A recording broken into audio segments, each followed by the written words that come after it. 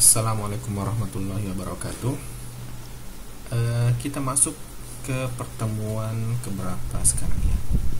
Kita masuk ke pertemuan keempat ya. Keempat, kita akan membahas tentang distribusi probabilitas.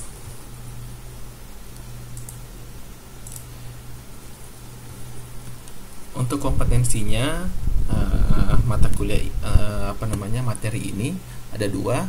Mampu mengidentifikasi distribusi variabel diskrit, dan yang kedua mengidentifikasi distribusi variabel kontinu. Jadi ada dua ya. Yang pertama distribusi variabel diskrit, dan yang kedua distribusi variabel kontinu. Ada 4 pokok bahasan distribusi. Distribusi binomial yang kita akan bahas, distribusi Poisson, distribusi normal, dan distribusi eksponensial. Nah, untuk pertemuan kali ini kita akan bahas dua, yaitu distribusi binomial dan distribusi Poisson. Nah, dalam melakukan simulasi, pertama-tama harus diketahui atau dilakukan penarikan random number. Penarikan random number sangat tergantung pada fungsi atau distribusi dari data yang diselidiki, khususnya yang dapat disusun dalam fungsi-fungsi data dengan fungsi diskrit atau data dengan fungsi kontinu. Nah, jadi nanti pada melakukan simulasi kita ada namanya data nomor acak atau nomor random. Nah, nomor random ini kalau dalam simulasi sebenarnya contohnya menit kedua berapa sih pelanggan yang datang atau berapa nasabah yang datang, menit ketiga berapa nasabah yang datang, dan sebagainya. Itu contohnya. Dan itu tidak bisa ditebak, tapi bisa disimulasikan dengan menggunakan bilangan random.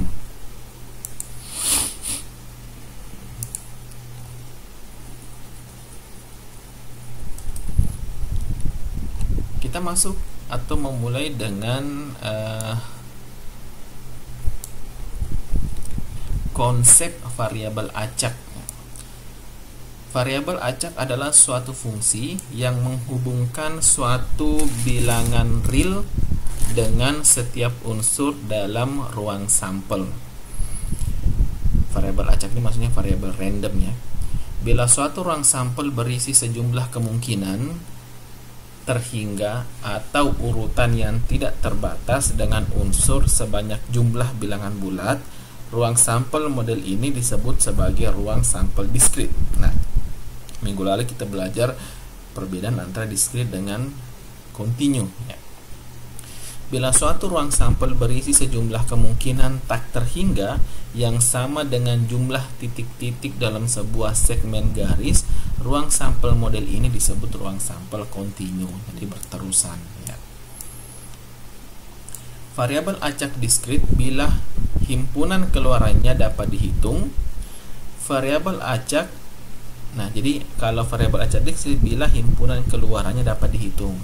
Variabel acak dapat mengambil nilai-nilai pada skala kontinu, disebut sebagai variabel acak kontinu. Itu perbedaannya ya. Distribusi probabilitas diskrit. Jadi yang masuk dalam diskrit adalah binomial atau Bernoulli. Kita nanti bahas binomial, Poisson, dan hipergeometrik. Kita akan bahas binomial dan Poisson saja. Sementara untuk distribusi probabilitas kontinu itu ada distribusi normal ya, nanti juga minggu depan kita bahas itu. Untuk Bernoulli karena jarang dipakai, kita skip aja ya. Kita masuk ke distribusi binomial. Apa sih itu distribusi di binomial? Dari kata bi artinya dua ya. Jadi kalau kita mengatakan binomial ada dua. Apa itu? Dua apa maksudnya? Ya. Banyaknya X sukses dalam N pengulangan suatu percobaan Bernoulli disebut sebagai variabel random binomial, sedangkan distribusi probabilitasnya disebut distribusi binomial dan nilainya dinyatakan sebagai B. X, N, P, di mana X sama dengan 1, 2, sampai N. Adapun rumusnya sebagai berikut. B itu dari kata binomial ya, atau peluang binomial X, N, P.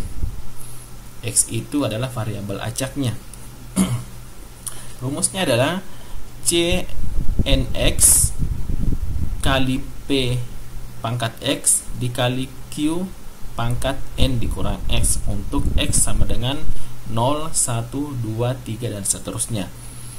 N adalah banyaknya ulangan. Jadi kalau misalnya kita melempar dadu 10 kali, maka N-nya adalah 10. X adalah banyaknya keberhasilan dalam peubah acak X. Contoh, kita melempar dadu, berapa peluangnya muncul 2, angka mata dadu 2. Nah, 2 ini adalah X-nya. Nah, P peluang berhasil pada setiap ulangan, berapa peluangnya? 0,25, maksimal 1 ya kalau peluang itu, maksimal 1, minimal 0. Q adalah peluang gagal, maka rumusnya 1 dikurang P pada setiap ulangan. Jadi P dan Q itu bertolak belakang ya. Kalau P itu peluang berhasil, Q itu peluang gagal, atau kadang-kadang bisa dibalik, P itu peluang gagal, Q itu peluang berhasil. Makanya karena peluang berhasilnya adalah 1, maka apabila didefinisikan Q sama dengan peluang gagal, maka rumusnya bisa 1 dikurang P.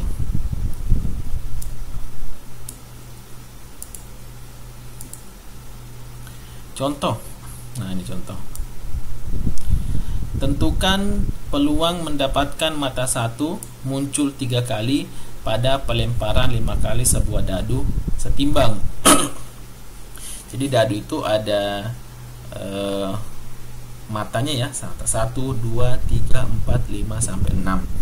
Nah, kalau dadu ini dilempar 5 kali, kira-kira peluang mata 1 ini muncul 3 kali berapa sih? Nah, apakah peluang muncul 3 kali itu sama sekali nggak ada ya, atau peluang muncul 3 kali itu, jadi kita ingin tahu kalau dilempar 5 kali munculnya mata 1 tuh berapa sih peluangnya muncul 3 kali.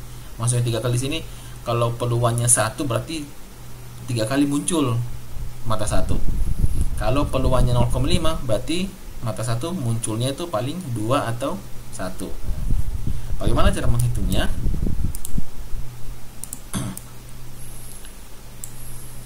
X sama dengan 3. Nah, X sama dengan 3 adalah kita ingin tahu munculnya 3 kali. Nah, itulah X-nya. X-nya adalah 3, adalah munculnya 3 kali. Jadi mata dadu itu muncul 3 kali. Mata 1 ya. Nah, N sama dengan 5 adalah jumlahnya. Jumlah berapa kali sih dilempar? Peluangnya adalah, nah ini P-nya. Peluangnya berhasilnya 1/6. Jadi setiap kali dilempar itu peluangnya berapa sih? 1/6 kalau setiap kali dilempar. Otomatis Q-nya adalah peluang gagalnya. Peluang gagalnya contohnya munculnya 2, gagal. Kalau muncul 3, gagal. Kalau muncul 4, gagal. Tapi kalau muncul 1, berhasil. Berarti peluang gagalnya adalah, kalau mau dimasukkan rumus 1 ya, karena peluang berhasil itu 1, maka dikurang 1 dikurang 1/6 sama dengan 5/6. Maka tinggal dimasukkan ke rumus.